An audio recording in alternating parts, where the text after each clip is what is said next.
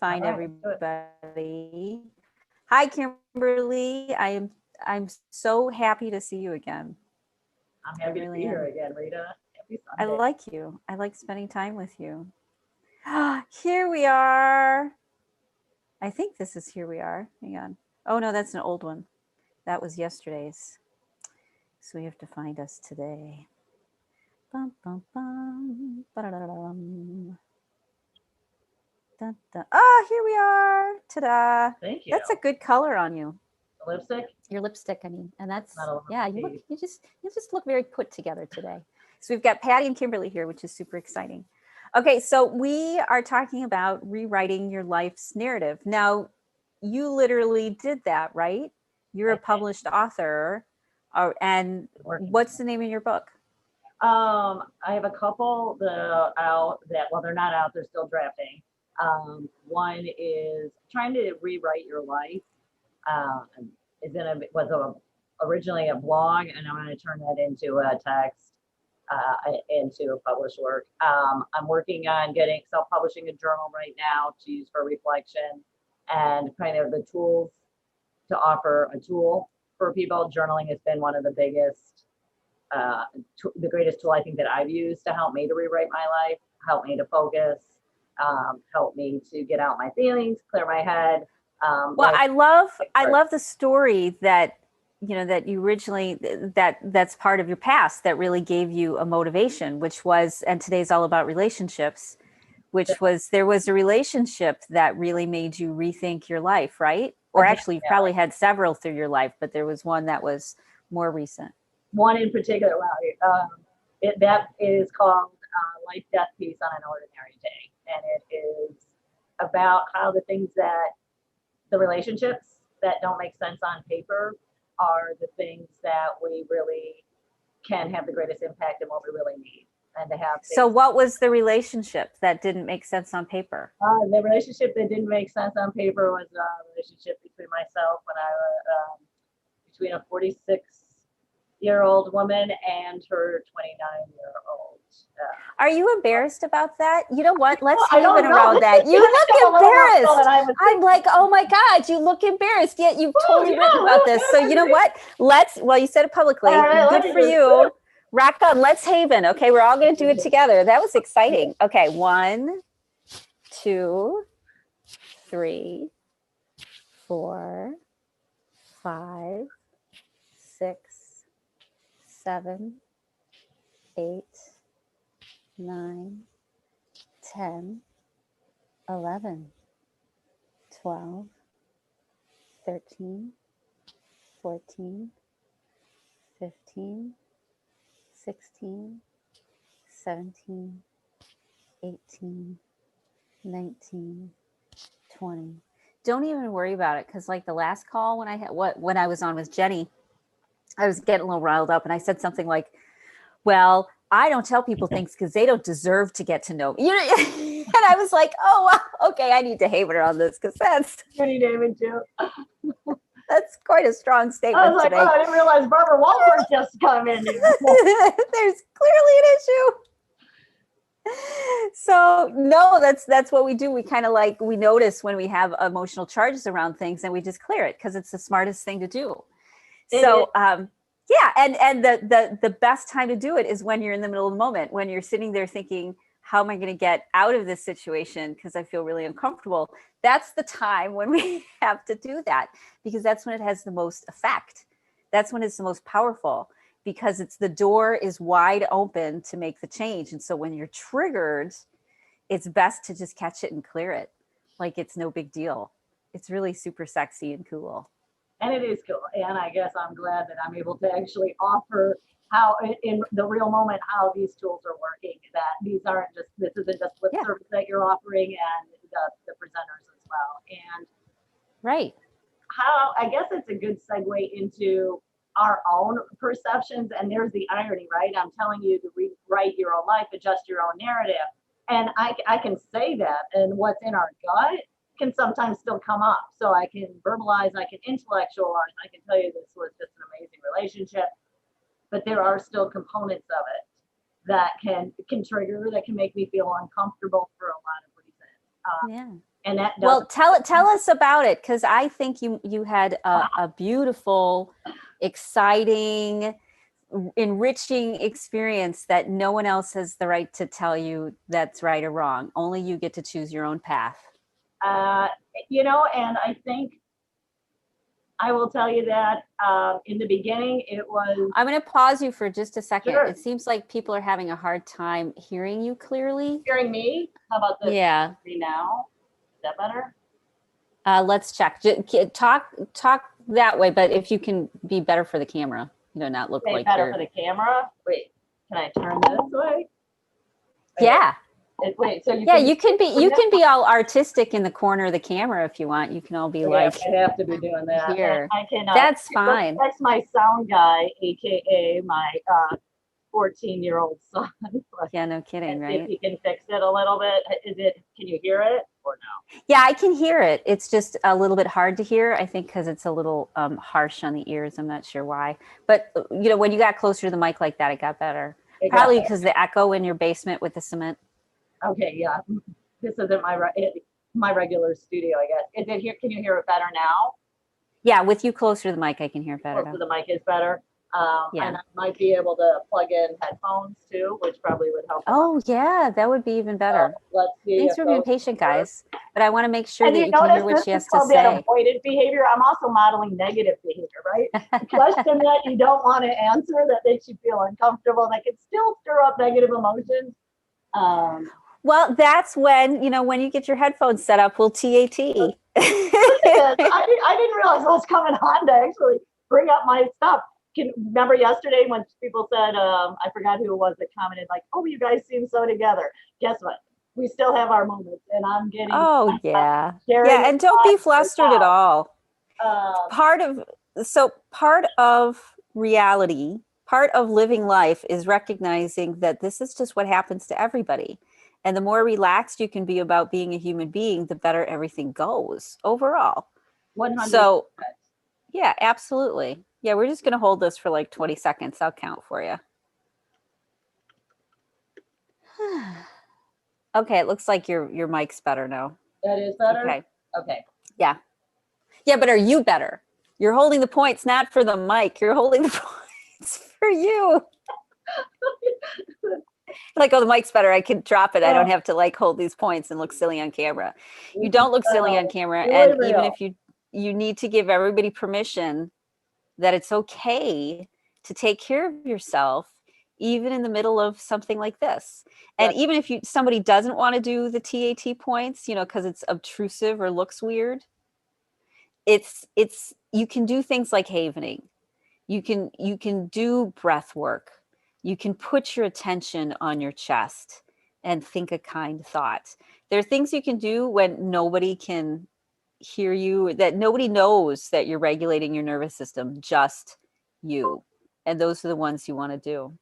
Okay, do you feel a little better? Now my sound is on. Oh. How's that? Oh, great. All right. We're good. Thank you. Is Much better. that your 14-year-old son? Yep, there's my unpaid sound tech. Your unpaid sound tech. Mic too. Oh, and it was on the round mic. All these really That's the common things. So as long as you can hear me now, so that's good. Can you hear me if it's this way? Yes, I can hear you clearly no matter what you do right now. Okay, perfect. Thank you. And I guess I'm glad to be a model and to be real, that even as far as I've come on this journey, I still make mistakes, or I still get triggered. I shouldn't say mistakes.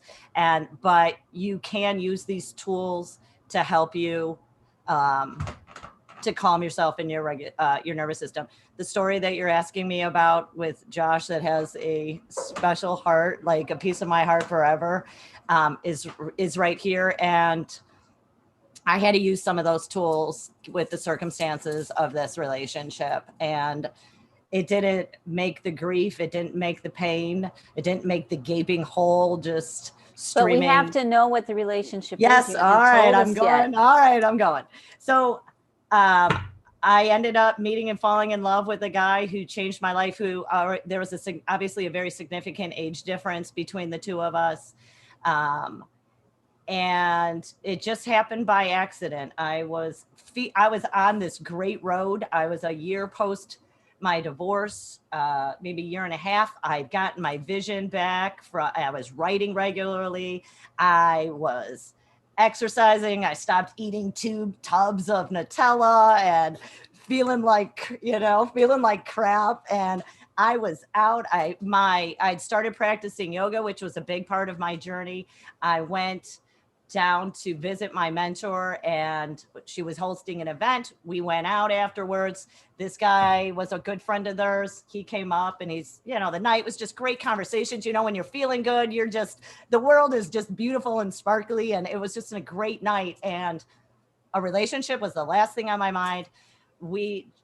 Josh had said to me, "It's too bad you don't live around here." And I'm like, wait a minute. I'm like, how old are you, man? I thought he was in his 30s, but he's like, I'm 29. I'm like, whoa, I'm way past that. But thank you. I'm flattered. Anyway, night goes on. There's a lot of adult spirits. There was a lot of dancing. There was just You were having a good time. It was a great night. And then somehow we ended up being in a situation where we were alone. There was a chemistry that came.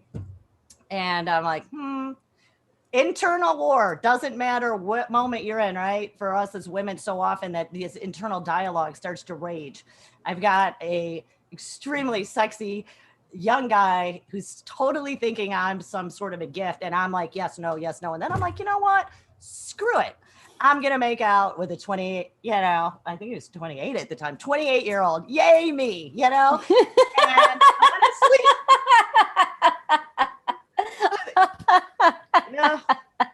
Good for you. Oh, and make out we did, right? And I thought that was the end of the story. And I was like, you know what? That's a great story to throw in the backpack to warm you up on a night, an overworked, lonely, right. That story would have carried me a long way. That story changed, though. There was something beyond us that brought us together. And so fast forward, had an incredible, yes, it was physical, because a lot of people will always be like, okay, really, why would 2 people with that big of an age difference have in common? Yes, there was a very strong physical connection, extremely passionate, which is what I had needed. I'd lost passion in my life. I didn't feel that I had any passion to give to somebody. I didn't feel somebody could look at me that way with passion in their eyes. And we defied all odds. We were together for 5.5 months, fell in love. It blew me out of the water.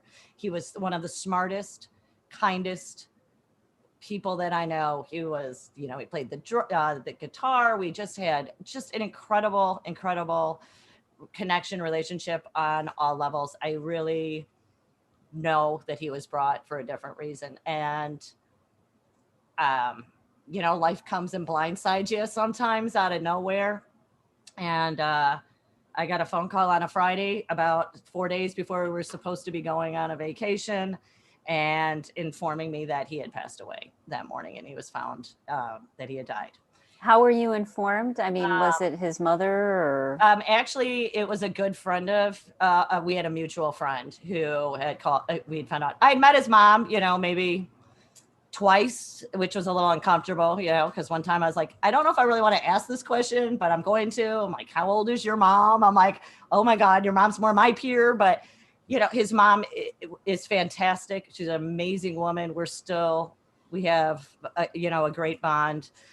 Even to this day, it's been because part of her probably also understood, and was grateful that her son had someone in his life that was a more stabilizing influence.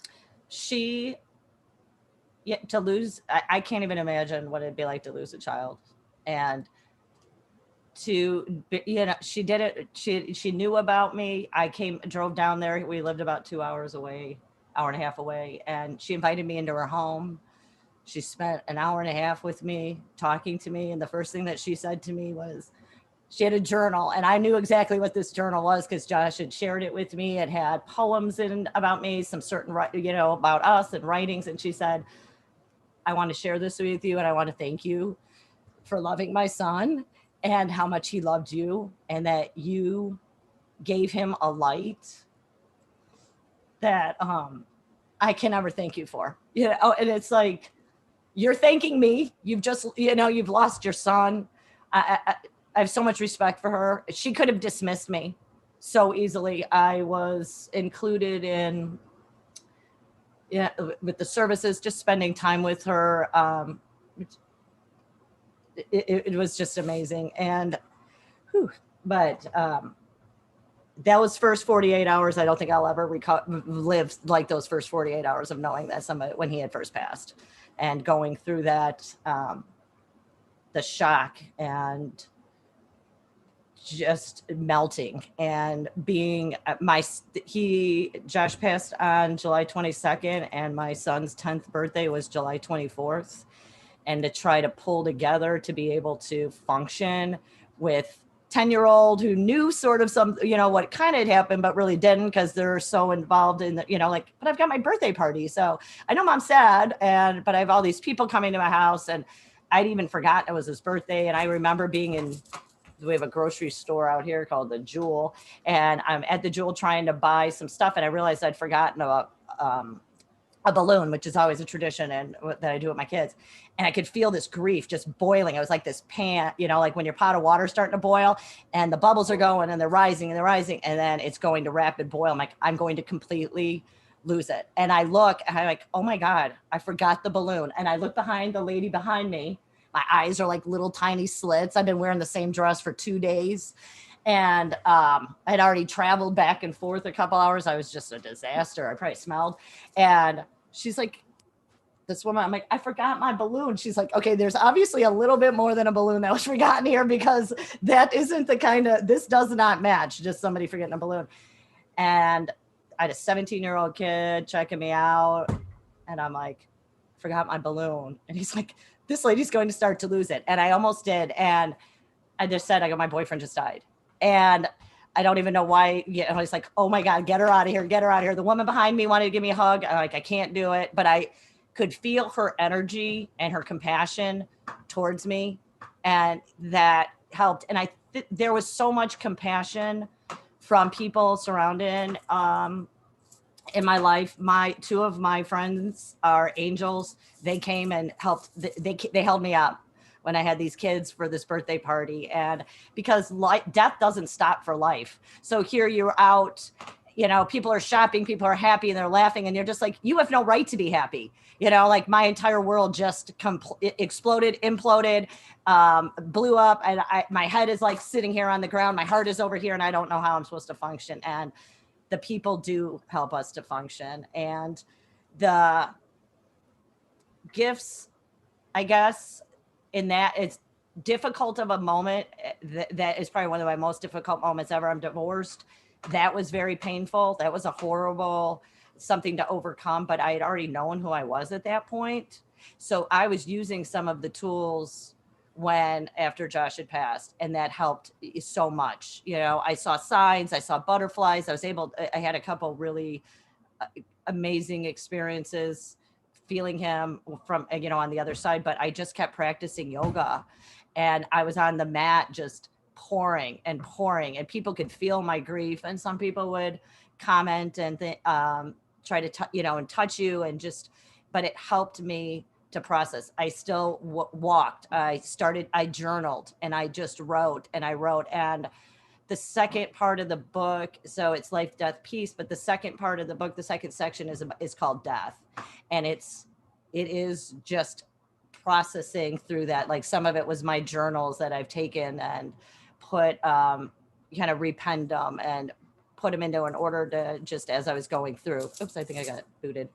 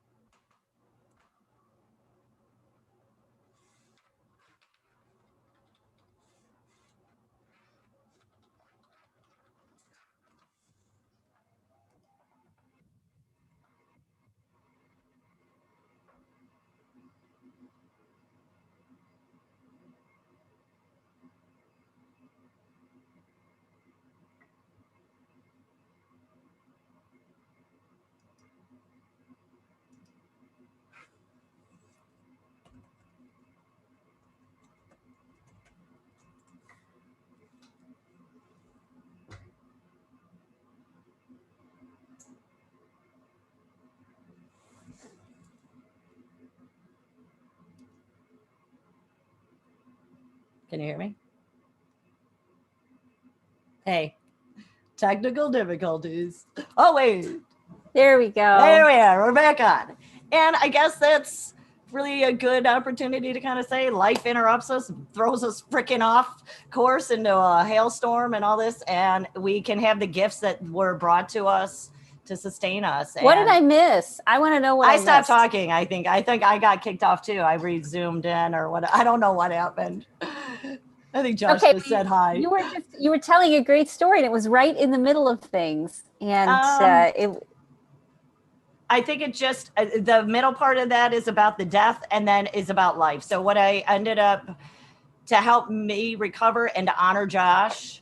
This guy brought music back into my life, brought love and passion back into my life. He was so supportive of my writing. At the time, I was writing and doing a blog about personal empowerment, but kind of paralleled about recovering from rewriting, adjusting your narrative after divorce. And here he is driving a couple hours and reading that. And so I wanted to help me process the grief, to also pay tribute to him. I did Josh's bucket list for him. He had not had a bucket list. And on his 29th birthday, I gave him a journal I said, here, this is for you to keep track of your bucket list. He had written down 9 things. And I started to do that. And then when his 1-year anniversary came, I went to Thailand because I knew, and maybe in my opinion was, we could never last. This relationship couldn't last. There was too big of an age difference. I was never going to have kids again. I didn't want to stop him from some of these amazing life events. So it was going to be, let's do this. We had this list of 100 that we were going through on, kind of in our passion side of life and the part of our life. And then we were going to go to Thailand and say goodbye. And I did go to Thailand. The universe I ended up kind of coming across some money that I didn't know was in a fund, like an account I had. So I was able to go. And I got to say goodbye to him. And I brought some of his ashes and I left a book for him. And it was really full circle and very cathartic. And it was a lot of irony too, that one of my muse became my story. Like I never in a million years had, and I think that I was going to be writing a story about grief and death and overcoming that. But we don't know the purpose of relationships sometimes. So here's a question for you, because, there's a lot of women who end up finding me who are still in difficult and toxic relationships, like you probably were before you were divorced. I'm sure that at the time when you were getting divorced, that was the, leading up to it. And that was the major event in your life. How did all of that, you moved on from it, it seems. Mm-hmm. Like, how did that work, for you? Because there's a lot of women who are still in the relationship contemplating moving forward in some way. And one of the reasons they don't is because what's on the other side? Will anybody ever love me? Will I ever be okay? All the fears you went through. I think that you have to learn to love yourself first too. And that's I didn't have that. And that was it. Some of the situation from even my own divorce even went back even probably decades earlier to either childhood traumas, some of those types of things too.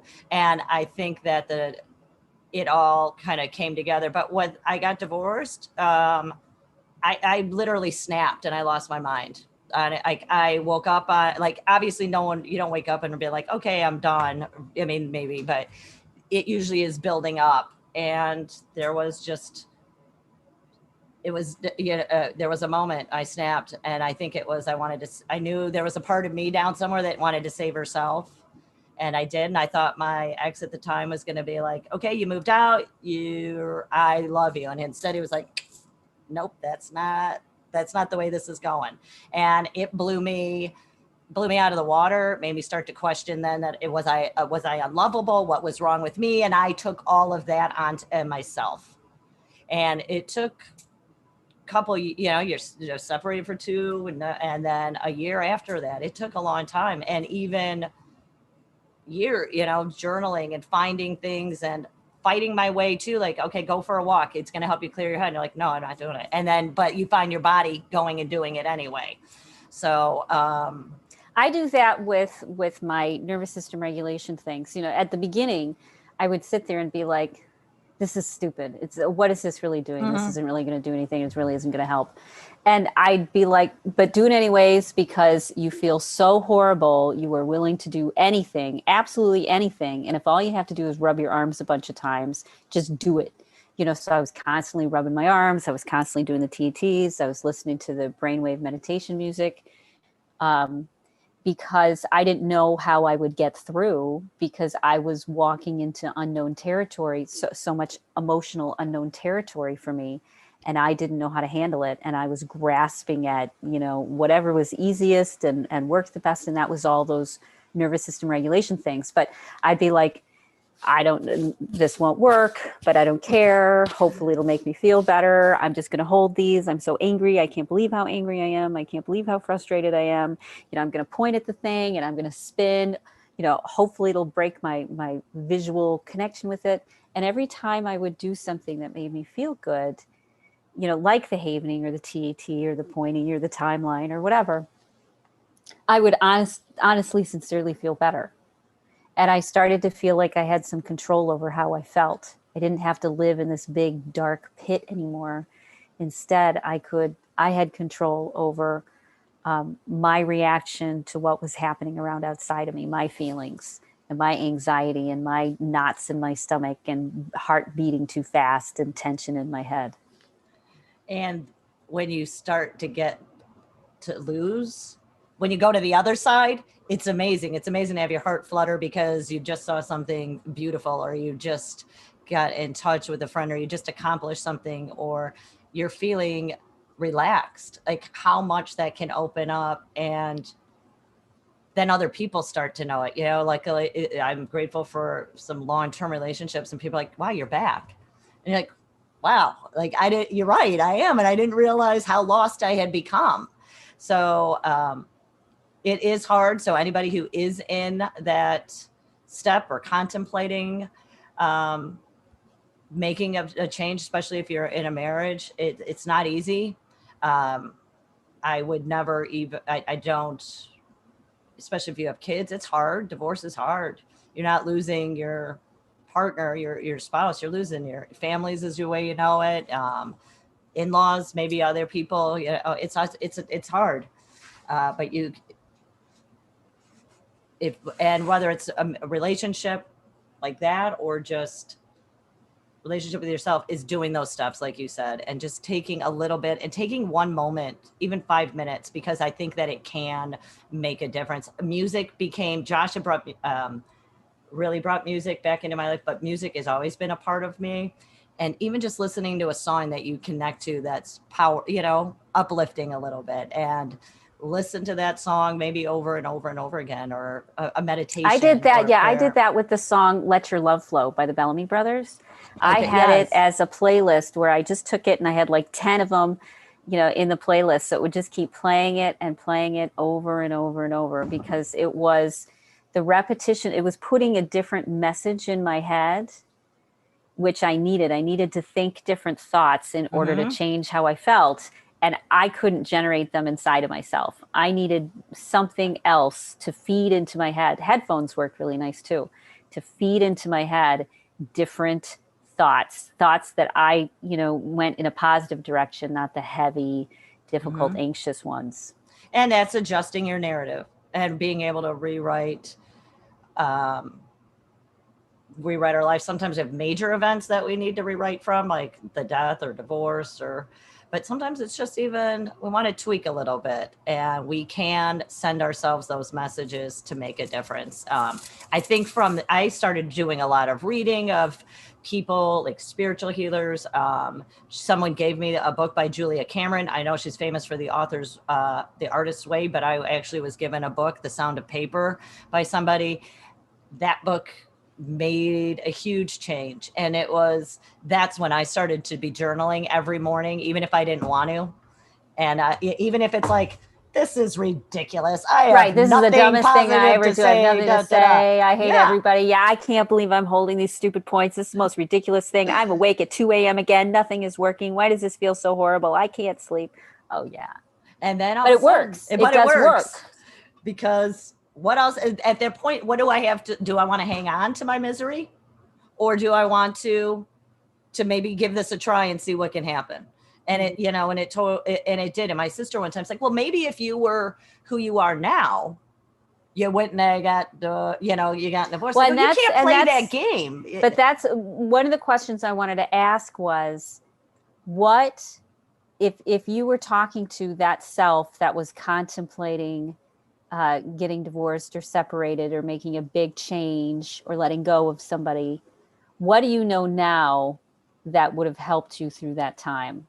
How could you make it easier? Mm-hmm. Self-care and being positive and loving yourself and not believing the stories that either somebody else has told you or maybe for the media. I mean, we're bombarded by stuff, in the media and gender roles and things like that. And be true to who you are. I think that it would be the mess. And if you don't know who you are, just be open to finding that. Just take one thing. And I honestly, there was a point where I couldn't probably even tell you anything positive about myself, maybe. So I had to borrow from somebody, and you can borrow. What does everybody always tell you? Oh, you have a beautiful smile, or you always wear a gorgeous necklace. Take that. I wear a gorgeous necklace. I wear a gorgeous necklace. And before you know it, then maybe you're going to be able to say something else kind about yourself, and it builds. Dr. Love was talking about that. Robert Love was talking about that earlier this week, and he was telling a story about how he had followed a woman to another state, and it didn't work out because Jane was the first person she was the first speaker today, and Jane has a similar temperament to you and to Robert, which is higher energy, more in those higher, faster thought processes, which means that you have a more exciting life, I think, sometimes, because you're a bit of a bigger risk taker, and more willing to check things out and follow your curiosity. So Dr. Love was followed a woman to another state. It didn't work out. He's destitute. He's, in a sleeping bag somewhere in some park, writing affirmations in a notebook, so here he is destitute, the relationship blew up, doesn't know what he's going to do next, doesn't have any sort of prospects, making sure he's got a great view somewhere, and with a little notebook, right, with a flashlight, or whatever, writing down affirmations about what he wants his life to look like. And that's kind of what you're talking about today. Yep.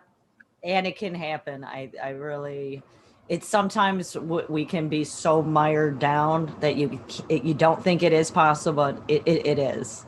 And I definitely would say borrow something positive from someone else and just start out small. And those little steps can lead to big changes, and sometimes without you even realizing it. And I think because we don't have to do it alone. When we think we have to do this stuff alone, it gets really scary. But when we start to realize that we're not alone, that we have friends, that we have family, that we have people who care about us, that we have strangers that just are nice people, yes, who are willing to help, you've got a lot more people in your life and resources than you think you do. Mm-hmm. And when you start to tap into those resources and recognize that you're in a community that can give you strength and love and support, it's possible to make all sorts of difficult changes, because you're not supposed to do it by yourself, and you're not. You can plug into that bigger community that we are, and it gives you the strength and the courage and the confidence. I agree. And I feel financial money was a big issue for me. And there are ways that you can still find. Sometimes if you need to go outside of your own resources, that's how I ended up meeting you back, I don't know, however many years ago. I don't know if you remember, but I went to your vision board, class, right? Oh. And all I did was, I had no idea who the hell I was, but I just was like, I like that picture. Okay, that's pretty. So I'm just going to slap that on there. Well, the next thing you know, it started to go from there. And you had offered, it was it was a fee that I could afford. Yeah. And I was like, okay, so there are ways that we can even find some of that stuff that doesn't cost a lot. Well, you went through your flex plan. So here's a little thing. If someone coaches with me, and I work with them, it's possible that you can pay for it through your flex plan, because I'm a licensed massage therapist. A lot of flex plans will.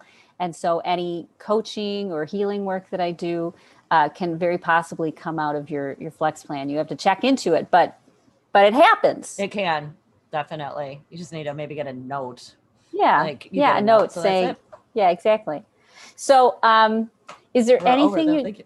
oh, that's okay. Is there Okay. anything you'd like the women to know before we hop off for the day? Just be open to the magic. And I will tell you, I wasted a lot of time worrying why Josh was so wrong for me because of the age difference and because, all these other factors that I could have even had this beautiful gift even shine a little bit more brightly because I, instead of, just enjoy those gifts and try not to minimize them, but it's hard. Yeah, the emotions get in the way, and that's why we do all the And the clearing work logic. that we do. Yeah, Right. but if Our you get the logic. emotions, out of the way, the logic kind of comes on board because you become more integrated. So it's if you get the emotional baggage out of the way, everybody, then your thinking becomes much more level and clear thinking, and you're able to make good decisions, and everything just gets better. So don't feel like you have to be stuck. Okay, so we'll have one more call tonight. It's the last call for the whole challenge. It's going to be at 8:00 tonight, a healing call. And in between there and now, Jenny and I are doing a 7-week program. We're starting it at the end of January. And it's going to be like this challenge, except it's going to be over the course of 7 weeks.